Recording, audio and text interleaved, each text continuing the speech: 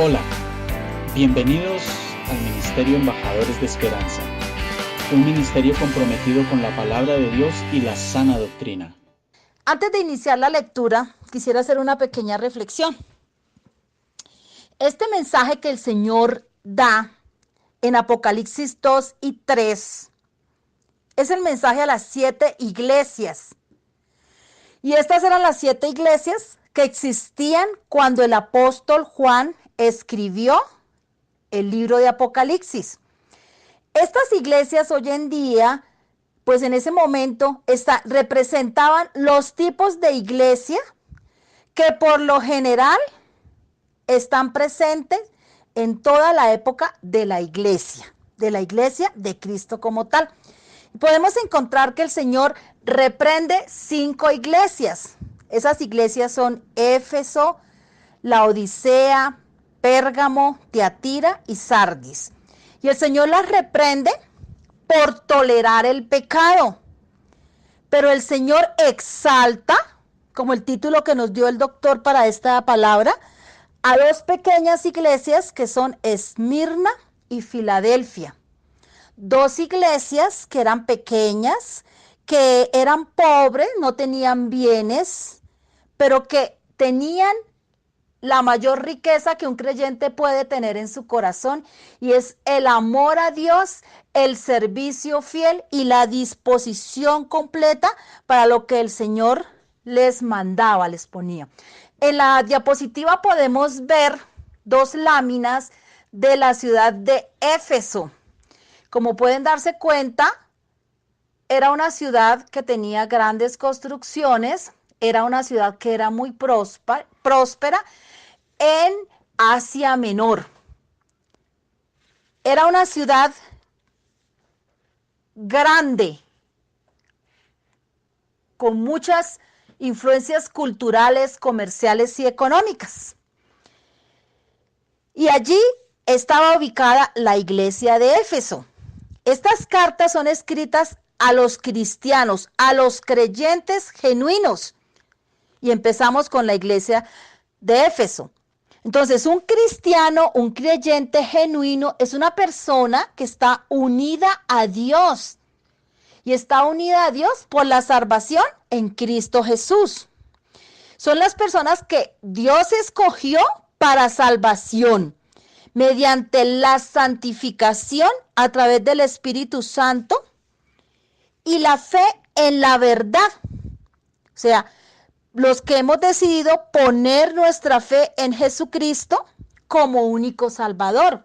Luego, estas personas, estos creyentes, son personas que se han arrepentido de sus pecados, personas a las que Dios les ha perdonado los pecados, Dios los ha hecho sus hijos, Dios los ha transformado en nuevas criaturas y son templo del Espíritu Santo. En los creyentes genuinos mora el Espíritu Santo. Y estas personas tienen características especiales. Tienen características como el temor a Dios, como el deseo de imitar a Jesús, como una obediencia total al Señor, a su palabra, como el caminar por esa senda de la santidad. Pero la más importante de todas las características es el amor a Dios. Y como lo dijo el mismo Señor a través de su palabra cuando le preguntaron pues cuál era el principal mandamiento, Él dijo: amarás a Dios con todo tu corazón, con toda tu alma, con toda tu mente y con todas tus fuerzas. Y lo siguiente fue: amarás a tu prójimo como a ti mismo. Porque un cristiano sin amor viene a ser, como lo dice 1 Corintios 13, un címbalo resonante. Entonces, ya con esa introducción nos vamos a Apocalipsis y vamos a iniciar con la iglesia de Éfeso. Entonces, la iglesia de Éfeso, cuando el primer amor se pierde. Acuérdese que estamos entre la reprensión y la exaltación. Vamos entonces a leer Apocalipsis capítulo 2, versículo 1, y dice la palabra así: escribe al ángel de la iglesia en Éfeso, el que tiene las 7 estrellas en su diestra, al que anda en medio de los 7 candeleros de oro, dice esto. En este primer versículo vamos a ver la presentación que hace el Señor a las iglesias. Y ahí el Señor se está presentando como el que tiene las 7 estrellas en su diestra, o sea, en su mano derecha, y el que anda en medio de los candeleros de oro. Y esta descripción es una descripción que hace total referencia al Señor Jesucristo. Si nos vamos unos versículos antes, al capítulo 1, ubiquémonos por favor en el versículo 11, dice la palabra que decía, le está hablando a Juan, el que escribió el libro. Dice, yo soy el alfa y la omega, el primero y el último. Escribe en tu libro lo que ves y envíalo a las 7 iglesias que están en Asia, a Éfeso, Esmirna, Pérgamo, Tiatira, Sardis, Filadelfia y Laodicea. Y dice el versículo 12, y me volví para ver la voz que había conmigo y vuelto vi 7 candeleros de oro. Y en medio de los 7 candeleros a uno semejante al Hijo del Hombre, vestido de una ropa que llegaba hasta los pies y ceñido por el pecho con un cinto de oro. Nos podemos dar cuenta que es precisamente el Señor Jesús el que está dando este mensaje. Luego el autor de este mensaje es el Señor Jesús, quien le dio la orden a Juan, al apóstol Juan, para que él lo transmitiera y lo enviara a las 7 iglesias que existían en Asia Menor en este momento. Lo primero que dice en la presentación que hace el Señor es que tiene 7 estrellas. Si nos vamos a Apocalipsis capítulo 1, versículo 20, dice la palabra, el misterio de las 7 estrellas que has visto en mi diestra y de los 7 candeleros de oro. Las 7 estrellas son los ángeles de las 7 iglesias y los 7 candeleros que has visto son las 7 iglesias. Luego, al hablar de las 7 estrellas, nos está hablando de ángeles de las 7 iglesias. Y estos ángeles simbolizan a las autoridades que hay en la iglesia, o sea, a los ministros, a los que Jesucristo les está hablando con autoridad. Y Jesucristo les con autoridad porque Él es la cabeza de la iglesia. Si nos damos cuenta, la palabra dice que las 7 estrellas estaban en su diestra, en su mano derecha. Y el hecho de que estén en la diestra, eso indica dominio, indica autoridad. Indica ese poder de Dios ejercido, ¿cierto? Nosotros sabemos que la diestra del Padre es Jesucristo, pero está hablando de que Jesucristo tiene en su mano 7 estrellas en su diestra. Entonces está hablando de la autoridad que Jesucristo ejerce sobre la iglesia. Y esos ángeles son pues los ministros, porque pues en ninguna parte de la Biblia nos habla de que los ángeles participen en el liderazgo de las iglesias, porque pues los ángeles no pecan, por lo tanto no tienen de qué arrepentirse, ¿cierto? Entonces está hablando a la iglesia para que la iglesia pueda ver esa evaluación, ese escudriñar que hace Dios en la iglesia.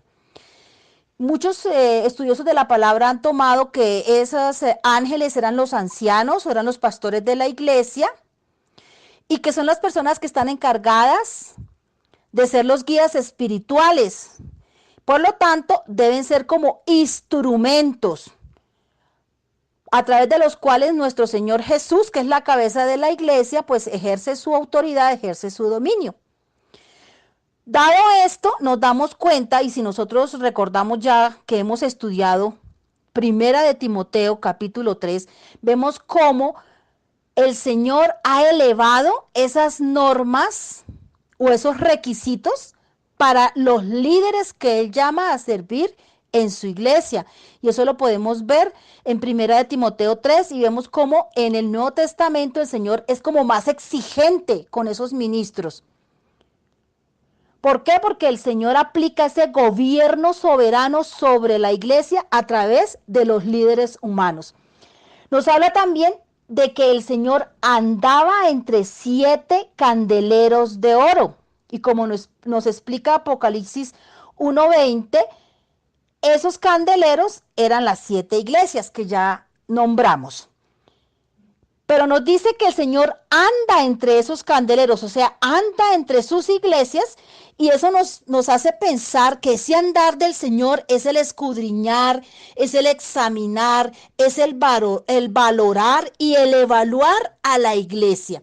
Entonces Jesucristo, como gobernante soberano, tiene la autoridad para dirigirse a la iglesia, y lo hace con toda la autoridad que le da el Padre, el ser ese Salvador nuestro, ¿cierto? Bueno, en este momento nos estamos dando cuenta, hay una parte, la primera parte del versículo 1 que está con un azul más claro, dice, escribe al ángel de la iglesia en Éfeso. Este mensaje específico que vamos a leer estaba dirigido a la iglesia de Éfeso. Vamos a ver un poco más cómo era la iglesia de Éfeso. La iglesia de Éfeso estaba ubicada en Asia Menor y era la iglesia más importante de las 7 iglesias que habían allí. Se podría decir que la iglesia de Éfeso era la iglesia madre, porque a través del ministerio que se desarrolló en la iglesia de Éfeso, se pudieron crear o se fundaron las otras 6 iglesias. Esta iglesia también es la iglesia que le da el nombre a una de las cartas que escribe el apóstol Pablo, Efesios. Y esa carta a los Efesios fue escrita 4 décadas antes, o sea, 40 años antes de que Juan escribiera esta carta que el Señor Jesús le ordenó. Y en esa carta a los Efesios, Pablo da las normas para las otras 6 iglesias, las normas que debían regirse en cuanto a la doctrina. Luego nos damos cuenta que esta iglesia de Éfeso tenía una herencia rica. Esta iglesia había sido fundada por Priscila y Aquila. Ellos fueron los que introdujeron el evangelio en la ciudad. Priscila y Aquila eran amigos y eran compañeros de Pablo, del ministerio de Pablo. A estos 2 señores se les unió el predicador Apolos. Y entre estos 3 personajes pusieron el fundamento para el ministerio de Pablo en Éfeso. Pablo afirma este ministerio en su 3er viaje misionero y más o menos Pablo puede compartir con ellos 3 años formando, fundamentando esa iglesia con la doctrina de Dios. Otra persona que estuvo como pastor en la iglesia de Éfeso fue Timoteo. Otras personas que podemos leer en la palabra de Dios son Onesíforo y Tíquico. Ellos también predicaron en Éfeso. Y el apóstol Juan, según los estudios que se han hecho, parece que pasó las últimas décadas de su vida siendo pastor en la iglesia de Éfeso. Desde Éfeso fue que él escribió sus 3 epístolas. O sea, él estaba pastoreando la iglesia de Éfeso cuando fue apresado y fue desterrado a la isla de Patmos. Luego podemos ver que sí había una herencia, una gran riqueza espiritual, una gran riqueza en cuanto a formación, a doctrina, a fundamentos.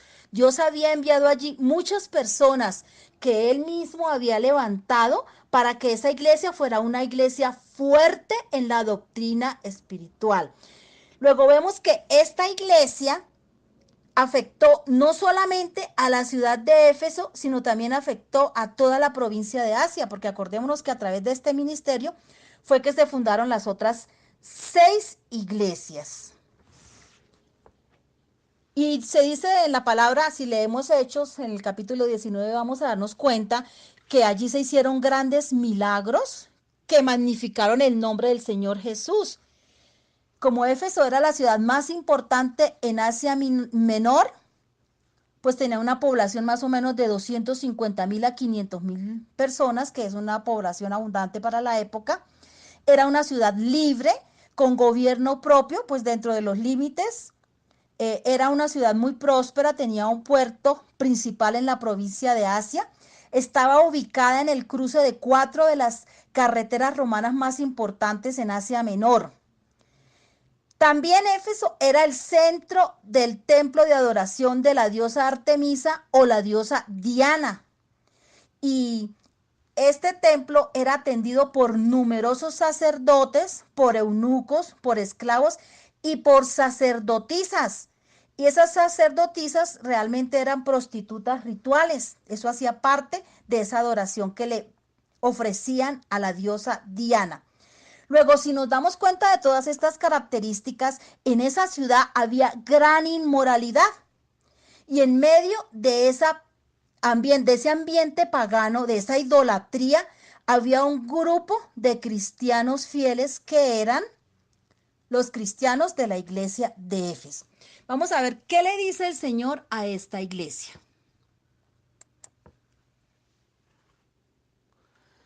Hay un reconocimiento por parte del Señor a la iglesia de Éfeso.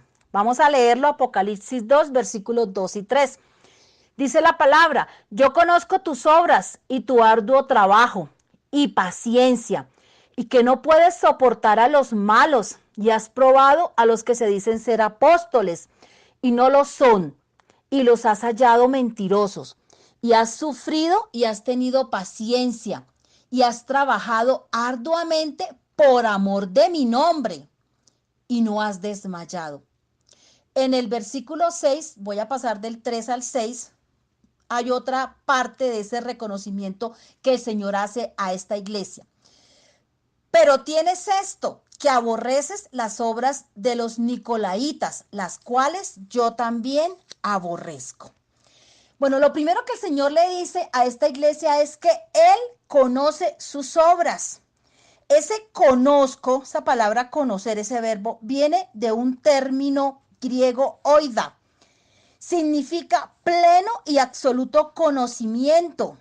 Y no es un conocimiento que se adquiera gradual o progresivamente, sino es un conocimiento absoluto. Porque el Señor sabe todo acerca de las iglesias, tanto lo bueno como lo malo. Y eso se puede ver y lo vamos a ver a través de la forma como el Señor está describiendo a cada iglesia, ¿cierto? Otra de las reconocimientos o de los elogios que el Señor le da a esta iglesia es que le dice que es rico en obras. Este es un término que está resumiendo todo lo que está a continuación, todas las cosas que hacía esta iglesia. Y lo primero que el Señor le dice es que tiene un arduo trabajo. Este término también viene de una raíz griega, kopos, y está denotando trabajo hasta el punto de sudor y de la extenuación. Era una iglesia que trabajaba muy duro. Nos está describiendo un esfuerzo que exige todo lo que una persona tiene para dar, tanto física como mental y como emocionalmente. Eran personas muy comprometidas. Eran obreros eficientes para la causa de Cristo. Nosotros podemos empezar a mirar, bueno, examinémonos nosotros, ¿cómo somos nosotros? ¿Somos ese tipo de obreros en la obra del Señor? ¿Que lo damos todo física, mental y emocionalmente? Estos no eran espectadores.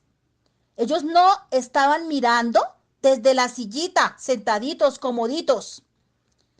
Ellos no iban a que los entretuvieran a una iglesia, a que les presentaran un súper espectáculo de alabanza y un show bien interesante. No, eran personas que trabajaban. No eran personas que querían comer el fruto que otros producían. Ellos estaban dispuestos a dar sus frutos. Ellos estaban dispuestos, tomándolo en un sentido figurativo, a arar, a sembrar, a recoger su propia cosecha. Y si nosotros miramos los antecedentes que hablamos de la ciudad de Éfeso, nos vamos a dar cuenta que estaban rodeados de tinieblas paganas. Pero aún así, dice la palabra, que ellos evangelizaban activamente a los perdidos y estaban edificando a los santos. Cuidaban a los que tenían necesidad. Otra de los elogios o de las características que el Señor exalta de esta iglesia, le dice que es una iglesia que ha tenido paciencia. Y este término paciencia viene de una raíz griega upomone, y significa paciencia en circunstancias penosas, difíciles. O sea, es la aceptación valiente de la adversidad, del sufrimiento y de la pérdida. A pesar de las circunstancias difíciles, los creyentes de Éfeso permanecían fieles al Señor. No había resignación, no me tocó, nada que hacer. No eran conformistas. No se decidieron simplemente a aguantar, sino que ellos mantuvieron ese gozo y esa esperanza en las cosas del Señor. Y dice la palabra que se negaban a soportar a los malos. Luego quiere decir que tenían normas de conducta santas, que eran sensibles al pecado, que seguían el mandato del Señor de practicar la disciplina de la iglesia. Con todo esto que estamos explicando, nosotros tenemos que ir haciendo un análisis de cómo está nuestro corazón. Bueno, veo una pregunta, perdón que no la había visto antes, Alexandra. ¿Qué es arar? Cuando tú vas a sembrar en la tierra, lo primero que tienes que hacer es remover la tierra, ararla, para poder sembrar la semilla. Eso significa arar. Está dentro del proceso de siembra. Tú aras la tierra, la remueves, tú la siembras la semilla. Pues obviamente tienes que cuidar la semilla.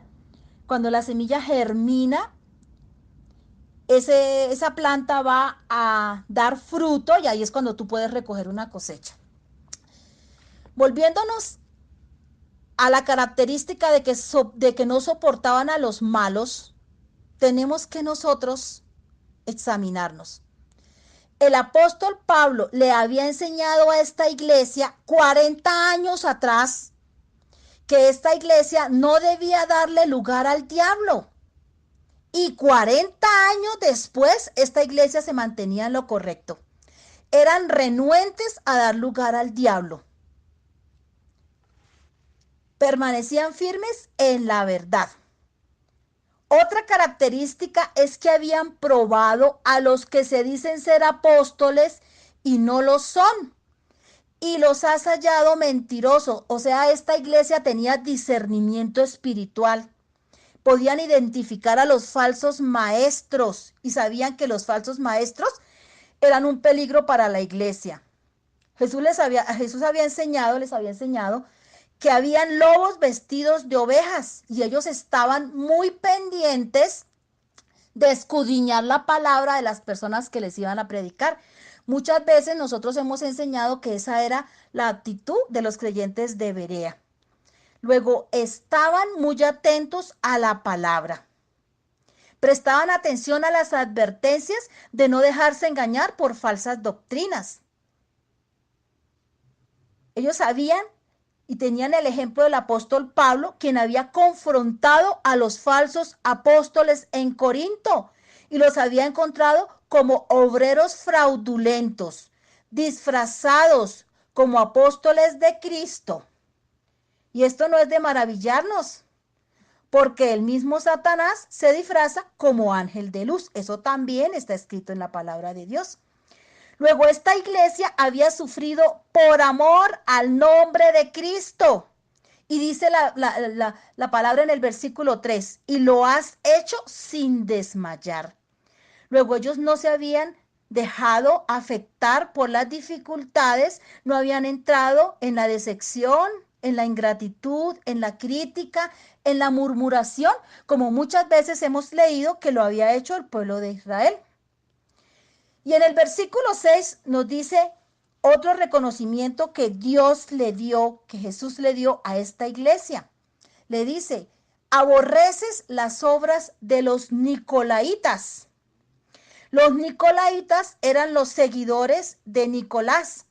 Nicolás era uno de los 7 hombres que se habían designado para supervisar la distribución de la comida en la iglesia primitiva.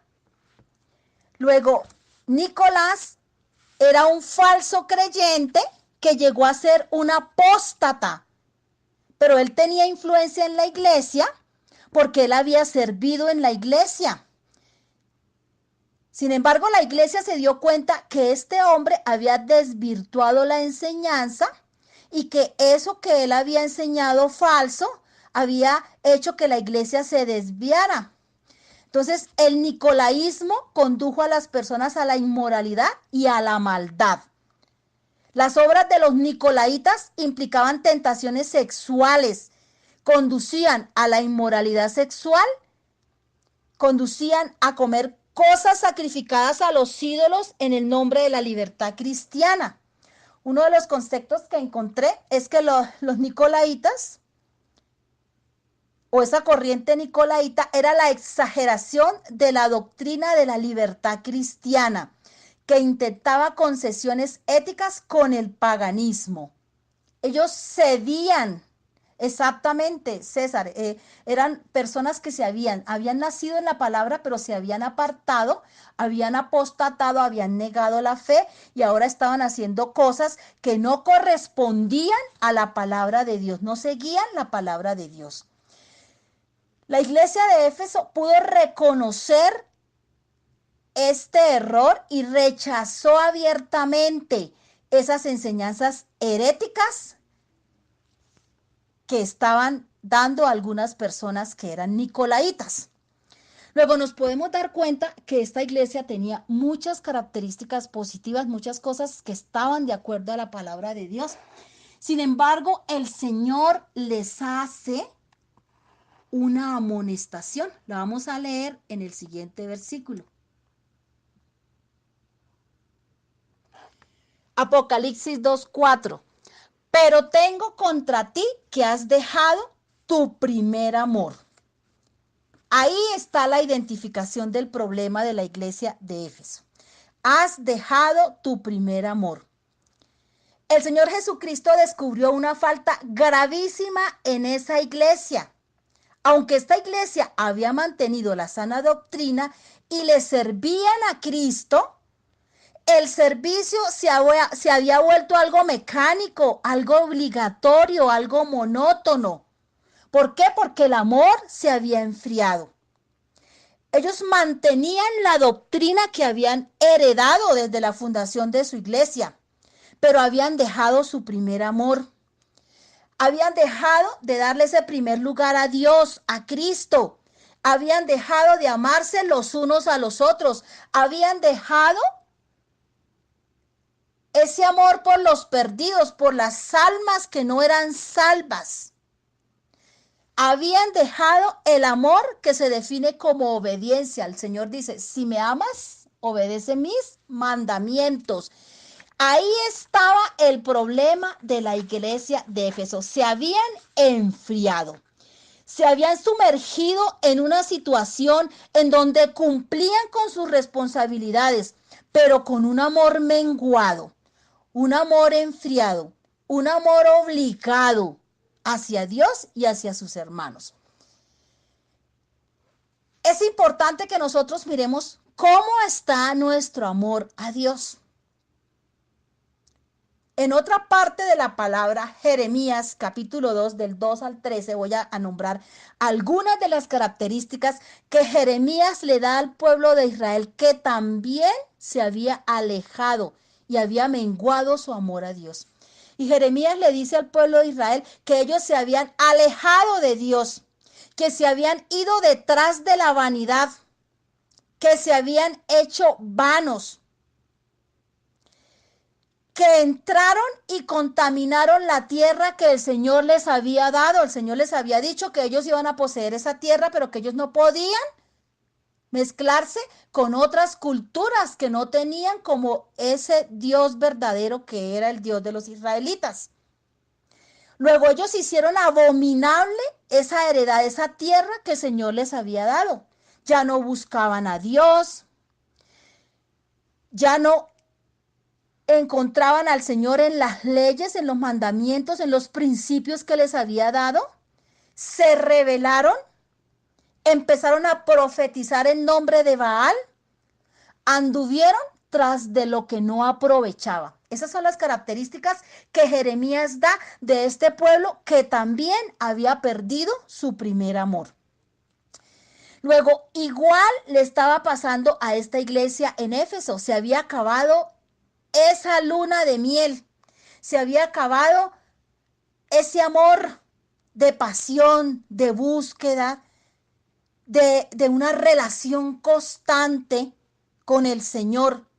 Esa relación con el Señor se había perdido. Estaban llegando a la apatía espiritual, indiferencia hacia las almas perdidas. No les dolía que otros se perdieran, que no conocieran del Señor, que estuvieran en pecado y en cosas vanas y de idolatría. Estaban empezando a mirar el mundo y a amar el mundo. Le estaban dando concesiones a la maldad, al pecado. Y nosotros sabemos que cuando nosotros le damos, eso dice la palabra, no deis lugar al diablo, cuando empezamos a negociar con el pecado, con la maldad, eso nos lleva a una muerte espiritual. Luego, esa era la situación de la iglesia de Éfeso.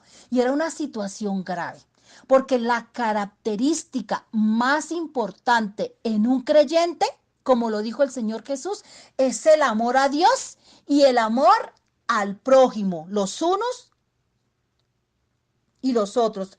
Amor de los unos por los otros, como el Señor lo enseñó y como el Señor lo mandó muchas veces en la palabra de Dios. Ahí estaba el problema, ahí estaba la dificultad que tenía esta iglesia. Esta iglesia necesitaba ser restaurada. ¿Cómo iba a ser restaurada? El Señor les da la indicación de cómo esta iglesia podía ser restaurada. Entonces en Apocalipsis 2:5 dice la palabra: recuerda, por tanto, de dónde has caído y arrepiéntete. Y haz las primeras obras, pues si no, vendré pronto a ti y quitaré tu candelero de su lugar, si no te hubieres arrepentido. Lo primero que el Señor le dice para que pueda ser restaurada es que debe recordar de dónde había caído. Y nosotros lo aplicamos a nuestra vida personal. ¿Cómo recordamos de dónde hemos caído? ¿Cómo conocimos a Jesús? ¿De dónde nos sacó el Señor Jesús? ¿En qué pozo cenagoso estábamos? Y para nosotros era imposible salir solos. El olvidar lo que Dios ha hecho en nuestra vida es causa inicial de que venga a nosotros esa decadencia, esa apatía espiritual, porque nos lleva al egocentrismo, a centrarnos en nosotros mismos, a creer que las cosas que hemos logrado es por nuestros méritos, por nuestros estudios, por nuestros esfuerzos, a no reconocer la presencia, el amor y la misericordia de Dios en nuestra vida. Ellos tenían que reconocer, lo primero era reconocer la seriedad del pecado, del error. Ellos estaban haciendo muchas cosas buenas, pero estaban fallando claramente en algo que era primordial. El Señor le dice que una vez recuerden cómo estaban antes de que el Señor los hubiese rescatado, deben hacer otra cosa y es arrepentirse. Esa es la segunda acción para ser restaurado. Y ese arrepentirse es rechazar ese pecado con todo nuestro corazón. ¿Cuál pecado? ¿Cuál tenía la iglesia de Éfeso? Pues que habían dejado de amar a Dios con todo su corazón, con toda su alma, con toda su mente, con todas sus fuerzas. Eso era el pecado. Eso se constituyó en el pecado grave que esta iglesia tenía. Por lo cual el Señor le dice, tienen que arrepentirse y tienen que, como tercer paso para ser restaurados, volver a esas primeras obras. Y ese volver a esas primeras obras es mostrar que ese arrepentimiento era auténtico y volver a hacer las obras que habían hecho al inicio, cuando conocieron al Señor, cuando estaban en ese primer amor. Y esas primeras obras es que tú Estabas pendiente de leer la palabra, de conocer más de Dios. Estabas pendiente de entrar en tu lugar secreto, de ir a la oración. Tenías pasión por adorar a Dios. Te encantaba ir a la iglesia, congregarte, compartir con tu familia espiritual y buscar con urgencia a Dios, darle el primer lugar en tu corazón. Esas eran las primeras obras que esta iglesia debía hacer. Pero como cuarto paso, en esa restauración, el Señor hace una advertencia. Pues si no, vendré pronto a ti y quitaré tu candelero de su lugar si no te hubieres arrepentido. Si esta iglesia no recuperaba su primer amor, iban a ser castigados. Vendría juicio sobre la iglesia. El Señor iba a quitar el candelero.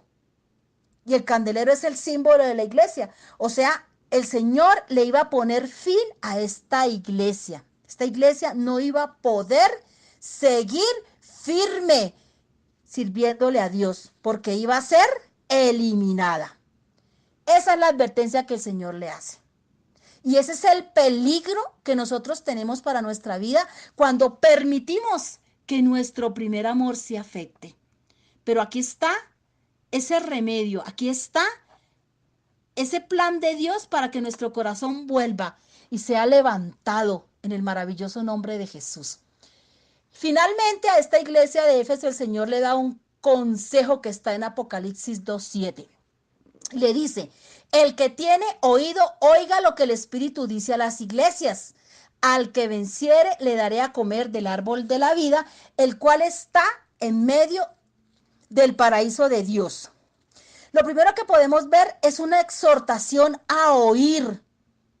La responsabilidad que nosotros tenemos de prestar atención a la voz de Dios, y la voz de Dios para nosotros es la palabra del Señor. Y eso es un consejo que Dios le da a todas las iglesias. A todas las iglesias. Y cuando el Señor le habla a una iglesia, le habla a todos los miembros que hay en esa iglesia. No solamente a un grupo de personas, deben ser todos. Pero hay una promesa: al que venciere, el que venciere, el que vence al mundo. Dice la palabra, y esta es la victoria que ha vencido al mundo, nuestra fe. ¿Quién es el que vence al mundo? Sino el que cree que Jesús es el Hijo de Dios. Esos son los vencedores, los que creen y ponen su plena fe en Jesucristo como Hijo de Dios. Y hay un premio: comerán del árbol de la vida, el cual está en medio del paraíso. Y el árbol de la vida está simbolizando la vida eterna. Y el paraíso de Dios está simbolizando el cielo. Luego, la advertencia es que nosotros debemos prestar atención a ese proverbio de Salomón que no lo sabemos todos de memoria. Proverbios 4:23. Sobre toda cosa guardada, guarda tu corazón. Un consejo que está en la palabra de Dios y que realmente nos está resumiendo el gran error, el gran pecado que tenía la iglesia de Éfeso. Vamos ahora a estudiar la iglesia de Esmirna. Entonces los invito a que no nos apartemos de la Biblia. Ahí seguimos la iglesia de Esmirna, Apocalipsis 2, versículo 8. Dice la palabra: y escribe al ángel de la iglesia en Esmirna, el primero y el postrero, el que estuvo muerto y vivió. Y dice esto. Bueno, aquí está el Señor presentándose a la iglesia de Esmirna. Y el Señor se presenta a la iglesia de Esmirna como el primero y el postrero, el que estuvo muerto y vivió. Esa descripción hace perfecta referencia a Jesucristo. Él se presenta a la iglesia de Esmirna como el Dios glorificado y exaltado, como el Dios eterno, que ya existía cuando las cosas fueron creadas y que seguirá existiendo después de que todo se acabe, de que el mundo sea destruido, ¿verdad? Jesucristo es el único que trasciende el tiempo, el espacio y la creación. Entonces Él se presenta como el que estuvo muerto y vivió. Entonces uno se puede preguntar en nuestra parte humana, ¿cómo puede morir el que trasciende el tiempo, el espacio y la tierra? Pues en 1 de Pedro 3:18 está la respuesta. Cristo fue muerto en la carne, pero vivificado en espíritu. Luego, Cristo murió en su humanidad, en su naturaleza humana, y lo hizo como el sacrificio perfecto por el pecado. Pero ahora Jesucristo está viviendo y vive para siempre. Y fue esta la manera como el Señor se presenta a esta iglesia, porque esta iglesia era una iglesia que había sido muy perseguida. Dicen los estudiosos de la palabra que tanto más se persigue a la iglesia, mayor es su pureza y su fuerza. Es como si la persecución trajera fortaleza espiritual. Y el Señor se presentó de esta manera a Esmirna, a la iglesia de Esmirna, porque Él quería darle esperanza, darle aliento. El Señor sabía todo lo que esta iglesia había sufrido. Era una iglesia que había sido muy perseguida. Y el Señor también sabía que esta iglesia iba a pasar tiempos difíciles, pero les está recordando que esto es temporal, que esto no es eterno. Y Él se presenta a ellos como ese Dios que trasciende esos asuntos temporales. Y que si ese Dios estaba con ellos, ellos iban a poder vencer y podían enfrentar aún la muerte, porque Él ya había vencido la muerte. Miremos el reconocimiento que el Señor le hace a esta iglesia. Está en el versículo 9. Dice la palabra: yo conozco tus obras y tu tribulación y tu pobreza, pero tú eres rico.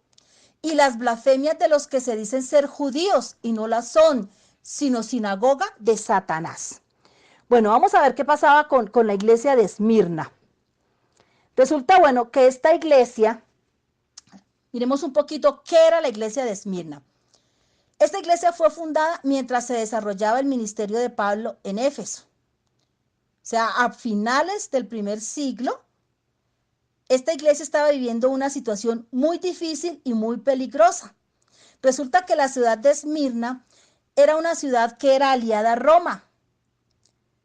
Ellos adoraban al emperador Domiciano.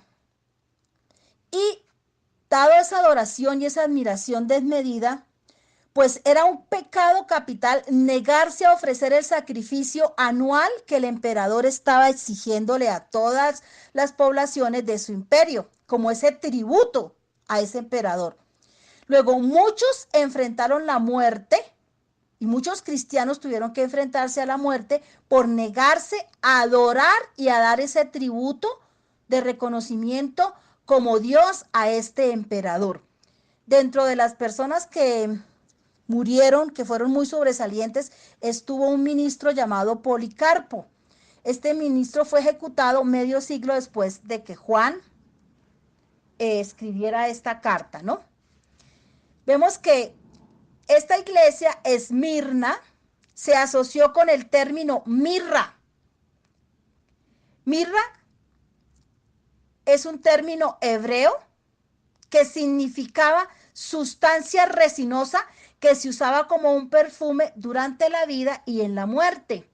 Luego, esta plantica era machacada y despedía un aroma fragante, un aroma delicioso, y ese era el aroma de fidelidad que estaba despidiendo la iglesia de Esmirna. A pesar de que fueron presionados, de que fueron muy perseguidos, en ellos sí no hubo disminución del amor a Dios, siempre estuvieron firmes y firmes hasta la muerte.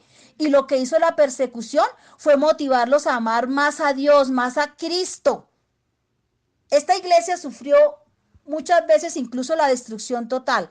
Ella fue fundada por primera vez, la iglesia no, la ciudad de Esmirna, fue fundada por primera vez 3000 años antes de Cristo. 600 años antes de Cristo fue destruida por los lidios y quedó en ruina por más de 3 siglos. Pero 2 sucesores de Alejandro Magno la reconstruyeron en el año 290 antes de Cristo. Y allí, en esa nueva ciudad de Esmirna, fue donde se fundó la iglesia. Como ya les dije, ellos adoraban a Roma, y hay un suceso importante. En el año 195 antes de Cristo construyeron un templo para adorar a Roma. Imagínense ustedes esa idolatría tan tremenda a ese imperio, a tal punto que cuenta la historia que en una ocasión el ejército de un general romano llamado Sulla se enfrentó a un invierno cruel y estaban muriendo de frío. Los habitantes de Esmirna sacaron todas sus ropas, todo lo que tenían para poderse abrigar y lo enviaron. Y esta acción del pueblo valió para que fuera la ciudad escogida como el sitio del nuevo templo dedicado al emperador romano Tiberio. El emperador romano Tiberio sí lo conocemos porque ese emperador era el que estaba gobernando cuando en la época de Cristo, cuando Cristo fue sacrificado. Eso fue en el año 26 después de Cristo y pues el Señor Jesús fue sacrificado en el año 33 porque él tenía sus 33 años. Luego era Tiberio el que estaba como emperador en Roma en ese momento. Se dice que Esmirna era una ciudad muy hermosa, que estaba muy bien diseñada y que también, como la ciudad de Éfeso, tenía el privilegio de tener un gobierno propio. El Señor le hace un reconocimiento que acabamos de leer y es un reconocimiento en donde Él le dice que Él conocía su tribulación. Conozco tus obras y tu tribulación. Y la palabra tribulación viene de un término griego tilipsis y significa presión. Es la palabra que se usa en el Nuevo Testamento para designar la persecución y la tribulación. Y esta iglesia fue perseguida por su fidelidad a Jesucristo en 3 aspectos. El primer aspecto es que Esmirna era, como ya lo hemos dicho, una ciudad fanática a Roma. Era el centro principal de culto y adoración al emperador romano. Ellos ofrecían la adoración que el emperador Domiciano le exigía a todas las ciudades que estaban en su imperio. Pero los cristianos se sometían a la autoridad civil del emperador, pero se negaban a ofrecer sacrificios y adorarlo. Por eso se les acusó de rebeldes y tuvieron que enfrentar la ira del gobierno romano. Esa fue la primera causa de persecución de Esmirna. La segunda, los cristianos rechazaban participar en religiones paganas. Pero Esmirna era una ciudad idólatra, una ciudad pagana. Adoraban muchos dioses, adoraban al dios Apolo, al dios Zeus, al dios Afrodita, al dios Esculapio, al dios Cibeles. Y ellos tenían unos panteones paganos y hacían esas adoraciones. Entonces se creían espirituales porque ellos tenían esos cultos de adoración.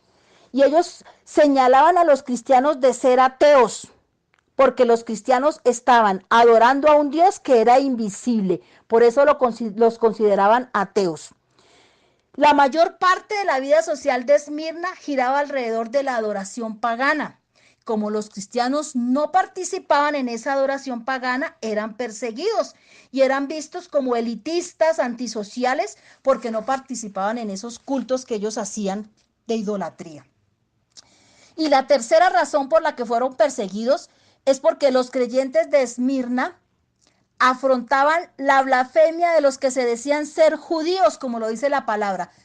Blasfemia de los que se dicen ser judíos y no lo son, sino sinagoga de Satanás. ¿Quiénes eran estos? Pues eran los judíos que rechazaban a Jesucristo.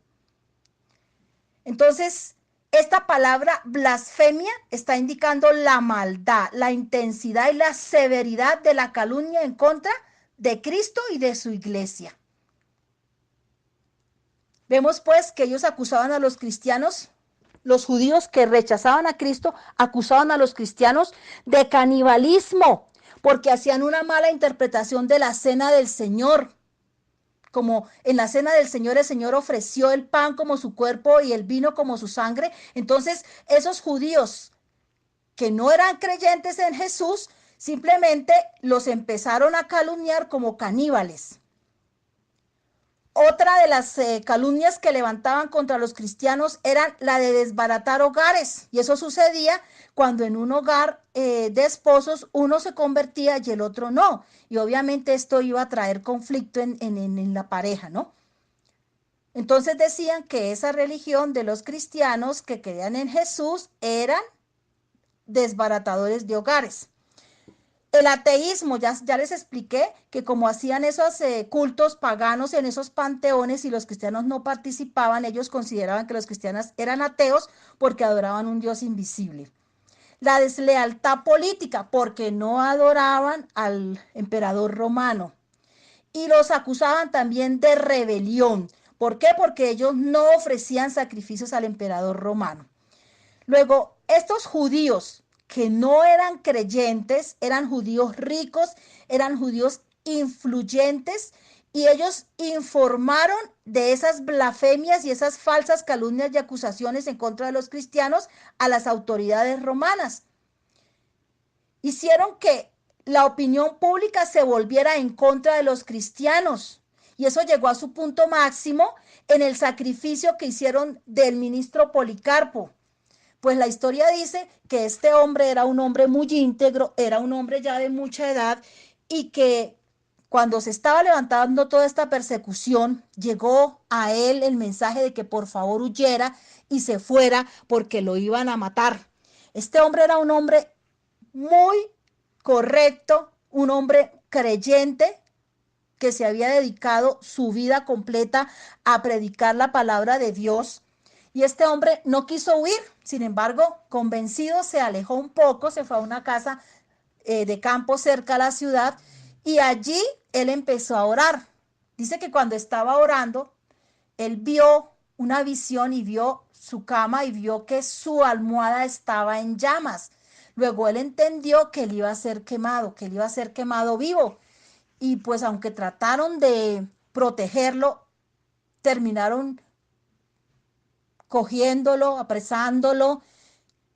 Muchos quisieron, gobernantes, incluso parte del ejército romano, influenciar en él porque lo vieron, una persona muy correcta, de mucha edad, y lo quisieron convencer de que él apostatara, de que él negara a Jesucristo y de que él hiciera sus reverencias al emperador. Sin embargo, él se mantuvo firme y obviamente fue llevado a ese teatro grande de los romanos, y allí mucha gente, incluso judíos no creyentes, buscaron la leña y allí lo quemaron. Entonces eso fue ya un punto máximo de persecución en donde este hombre pasó a la historia porque fue un hombre muy correcto, porque fue un hombre que fue firme hasta el final, que le dieron muchas veces la oportunidad de que negara a Cristo y no lo hizo, prefirió morir. Luego vemos que los judíos que rechazaban a Jesucristo se aliaron con los gentiles paganos en un intento de desarraigar el cristianismo en Esmirna. ¿Ellos qué querían? Que la iglesia no siguiera, acabar con la iglesia. Y el Señor estaba consciente de esta iglesia, de que era una iglesia pobre. Pero esa pobreza se traduce de un término griego tocheía, y literalmente significa limosneros que no viven de su propio trabajo, sino de las limosnas de otros. ¿Por qué? Porque muchos creyentes de esta iglesia eran esclavos, eran personas desamparadas. Y muchos que habían tenido posesiones y habían tenido la forma de tener una vida digna, habían perdido lo que tenían a causa de la persecución que la iglesia, que la ciudad y la sociedad había hecho contra la iglesia. Luego, si vemos, esta iglesia tenía motivos para derrumbarse, pero ¿qué hicieron? Permanecieron fieles. Por eso es que el Señor les dice en Apocalipsis 2:9, pero tú eres rico, porque ellos tenían lo que realmente importaba, que era la salvación, que era la gracia, que era la santidad, la paz, el compañerismo, el amor de unos hermanos por otros. Tenían lo más importante, tenían un Salvador, tenían a Jesucristo y tenían a un Consolador. Luego podemos decir que Esmirna era la rica iglesia pobre, tenían lo que realmente importaba. A esta iglesia el Señor no le hace ninguna amonestación, el Señor le da un mandato.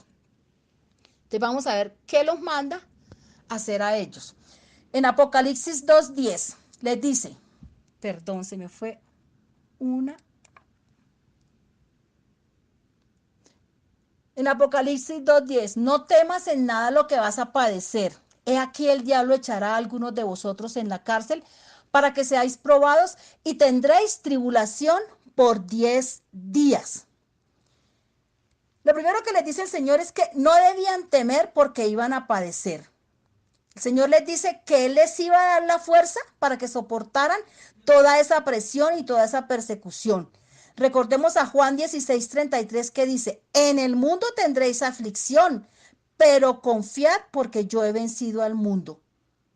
Luego les estaba dando una palabra de ánimo. Eso era un mandato. Permanezcan firmes que yo estoy con ustedes. También les dice que el diablo iba a echar a algunos de ellos en la cárcel para que fueran probados y que en esa prueba iban a tener tribulación. Entonces era la manera en que iban a probar la realidad de su fe, soportando la prueba de estar en la cárcel injustamente. Pero en esa prueba, si ellos permanecían firmes en la fe en el Señor, iban a ser fortalecidos. Iban a demostrar además que Satanás no puede destruir la genuina fe, una fe auténtica, que es la que realmente salva. El Señor sabía que Satanás los iba a atacar con mucha intensidad, pero el Señor le pone un límite a ese ataque de Satanás. Por eso el Señor dice, y tendréis tribulación por 10 días. Ahí le está poniendo un límite al sufrimiento. Luego el Señor les da un consejo que empieza en esta última parte del versículo 10. Y yo te daré la corona de la vida. Entonces, eso hace parte del consejo que el Señor le da a esta iglesia. Sé fiel hasta la muerte y yo te daré la corona de la vida.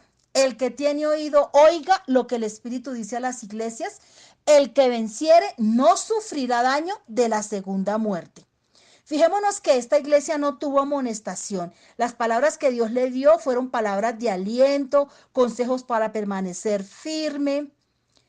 Y le dice, como premio, el que pruebe la autenticidad de su fe y permanezca fiel al Señor hasta la muerte, va a recibir una recompensa. Y esa recompensa es la corona de la vida, la corona del triunfador, del que venció, del que logró pasar la prueba. Ese término corona viene de una raíz griega estéfanos y significa recompensa, culminación, logro. La recompensa de una fe genuina que salva es la vida eterna. Y la paciencia prueba la autenticidad de su fe al soportar el sufrimiento. El Señor le dice que si vencen, no van a sufrir el daño de la segunda muerte. Ellos estaban siendo atacados por la primera muerte, que es la muerte física, pero la segunda muerte es la condenación en el infierno. Y esa condenación es eterna. Luego vemos cómo el Señor fortalece a esta iglesia, la exalta, la levanta, no le hace ninguna amonestación, no encuentra en ella ninguna falla, porque es una iglesia que ha permanecido firme, que a pesar de que había mucha dificultad y mucha persecución, había en ellos el deseo de estar y de bendecir a ese Dios del cielo, al Dios que los había salvado. Este es el mensaje de estas dos iglesias. El mensaje que Dios da para que nosotros miremos nuestro corazón y veamos cómo o podemos estar siendo reprendidos por el Señor, amonestados por el Señor, o podemos estar siendo exaltados por nuestra